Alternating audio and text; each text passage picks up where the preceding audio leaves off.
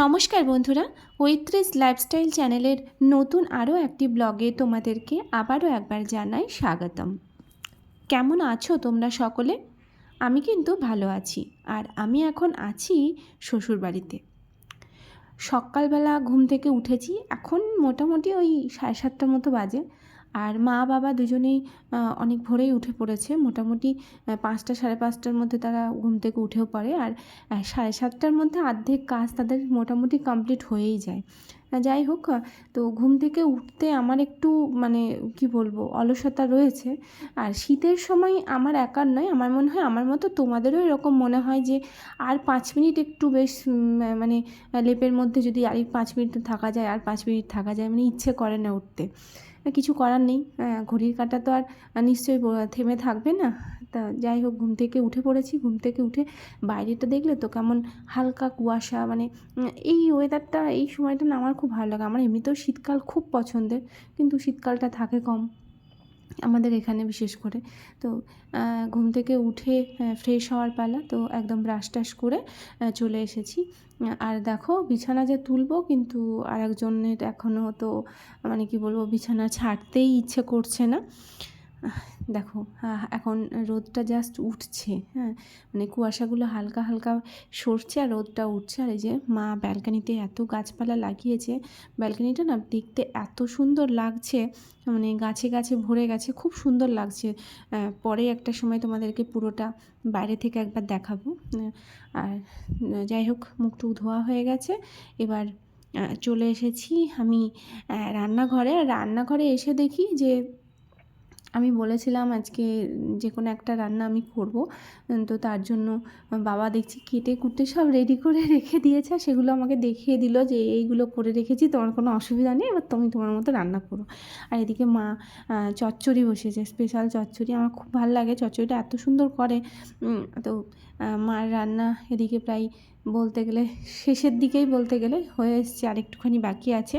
তো মা বাবা চা খাওয়া হয়ে গেছিলো, আমরা দুজনেই বাকি ছিলাম। তো ঘুম থেকে যেহেতু উঠিনি, তাই ফ্রেশ হয়ে এসে আগে চায়ের জলটা বসিয়ে দিলাম সবাই মিলে একসঙ্গে। আর একবার চা, শীতের সকালে মানে একবার কেন দুবার চা হলেও কোনো আপত্তি থাকে না, হ্যাঁ, কেননা শীতকালটা সত্যিই মানে এই চা কফি খাওয়ার জন্য বেস্ট টাইম।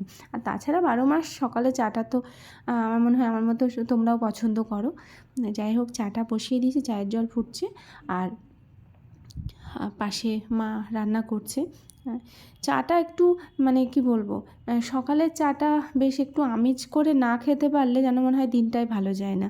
আর চায়ের সঙ্গে বাবা যেহেতু কেক নিয়ে এসেছিলো, তো কেক ছিল, তো কেক থাকলে আর বিস্কুটের দিকে কি আর মন যায়? বিস্কুটটা সারা বছরের জন্য থাক, কিন্তু শীতের সময় চায়ের সঙ্গে কেকটা বেস্ট। তো একদম সকাল সকাল সকাল বলবো না, বেশ জমিয়ে চা দিয়ে বেশ কেকটা খেলাম, ভালোই লাগে কেক খেতে। আর এই কেকগুলো তো আমার খুব পছন্দের, হ্যাঁ, তোমরা তোমরা কারা কারা কোন কেক পছন্দ করো সেটা একটু কমেন্টে জানিও। আমার কিন্তু এই ফ্রুটস কেকগুলো খুব ভালো লাগে খেতে। ওই তোমার কি বলবো, ক্রিম কেকের থেকে আমার এই কেকগুলো আমার খুব পছন্দের। যাই হোক, চাটা খাওয়া হলো, চাটা খেয়ে এবার স্নানের জন্য যেতে হবে।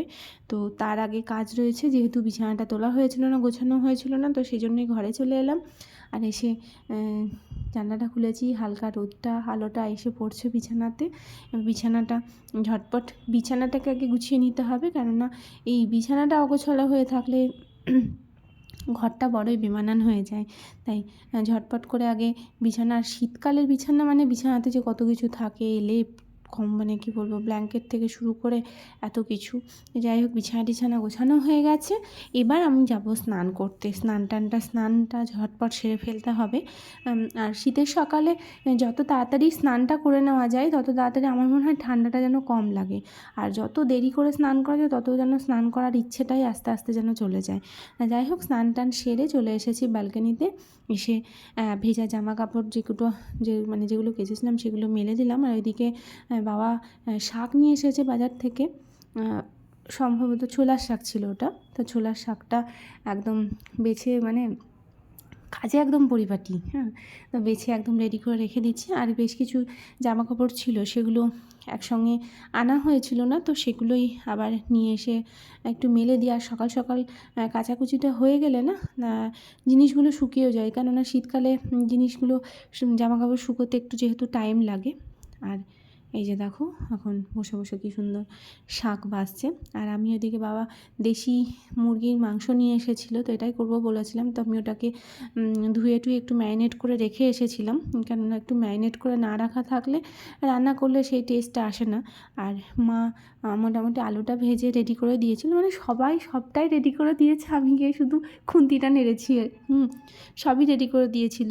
তো যাই হোক, অবশেষে রান্নাটা বসিয়েই দিলাম। হ্যাঁ, পেঁয়াজটা দিয়েছি, তো জাস্ট ভাজাভাজি চলছে। আর ওইদিকে দেখো সবাই সবার মতো কাজে ব্যস্ত। আর কথা বলতে বলতে এদিকে সবার সঙ্গে গল্প করতে করতেই রান্নাটাও প্রায় শেষের দিকেই। তো রান্না যখন শেষের দিকে, এবার খাবার রেডি করার পালা। তো খাবার টাবার খেতে হবে, আর একটুখানি বাকি। দেশি চিকেনটা মানে কি বলবো, একটু বেশ একদম কম আছে আস্তে আস্তে করলে আমার মনে হয় টেস্ট আরও বেশি হয়। প্রেশার কুকারে দিয়ে খেতে আমার ঠিক ভালো লাগে না। তো আমি যখনই করি তখন ওই কড়াইয়ে একদম মানে ঢাকনা দিয়ে করি, যাতে কি একদম লো ফ্লেমে থাকে, আর মাংসটা সুসিদ্ধও হয়, তার সঙ্গে কি টেস্টও হয়। আর রান্নাটা দেখে আর থাকা যাচ্ছিল না, শীতের সময় একটু গরম গরম খাবার হলে আর কি চাই। হয়েছিল দেখো দেশি চিকেন, আর হয়েছিল চচ্চড়ি। দেখালাম তোমাদেরকে, তখন মা বানাচ্ছিল চচ্চড়ি, ভাত, যেটা জরুরি আমাদের মতো বাঙালিদের জন্য। আর তার সঙ্গে ছিল চাটনি ছিল, টমেটো, তার সঙ্গে আমসত্ত্ব দিয়ে চাটনিটা দারুণ হয়েছিল খেতে। যাই হোক, ভাতটা বেড়ে একদম সবার জন্য রেডি করে নিয়েছি। তো এবার খেতে বসার পালা। তো খাওয়াটা জাস্ট শুরু করলাম। আর সত্যি কথা বলতে একটাই রান্না করেছি, তো ভালোই, মানে সবারই ভালো লেগেছে। আর রান্না করলে সবার ভালো লাগলে না বেশ ভালোই লাগে তখন। ওই যে মা খাচ্ছে, মা ছেলে দুজনেই বসেছে, আর আমিও বসেছি, বাবাও বসেছে, একসঙ্গে খাওয়া দাওয়া হলো। আর খাওয়া দাওয়ার পরে বাড়ির গঙ্গা জলটা মা বললো প্রায় শেষের দিকে, তো আনতে যেতে হতো। তো হাজব্যান্ডকে বললাম, তো বললো চলো তাহলে এখনই গিয়ে নিয়ে আসি। আর চলে এসেছি গঙ্গার জল নেওয়ার জন্য।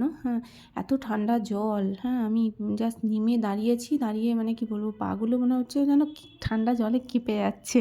আর তার মধ্যে অনেকে স্নানও করছে। আমি এত ঠান্ডা জলের মধ্যে তখন প্রায় 2 বাজে, 2-2:30 বাজে, তখন স্নান করছে, মানে ভাবো একবার অত ঠান্ডার মধ্যে। যাই হোক, গঙ্গার জল টল নিলাম, জল টল নিয়ে তো বাড়ি এলাম। আর বাড়ি এসে মা শীতের একটু খাবার দাবার না করলে ভালো লাগে না, তাই পাটিসাপটা বানাচ্ছিল। তো মার একটু কাজ ছিল বলে মাকে বললাম সেখানে যেতে। তো আমি একটু 2-1টা আমি বানালাম, মানে আমি একটু ট্রাই করলাম, মানে এর আগে করেছি। তো যাই হোক, ভালোই লাগে এগুলো করতে, টুকটাক একটু খাবার দাবার। আর শীতকালে সত্যি কথা বলতে কি একটু এগুলো না করলে ভালোও লাগে না। আর যেহেতু ফিরতে হবে, বেশ কয়েকদিনের ছুটিতেই ছিলাম ওখানে, তো এবার ফেরার পালা, তাই একদম ব্যাগপত্র গুছিয়ে রেডি করে নিয়েছি। আর নিজেও সেই সঙ্গে রেডি হয়ে গেছিলাম।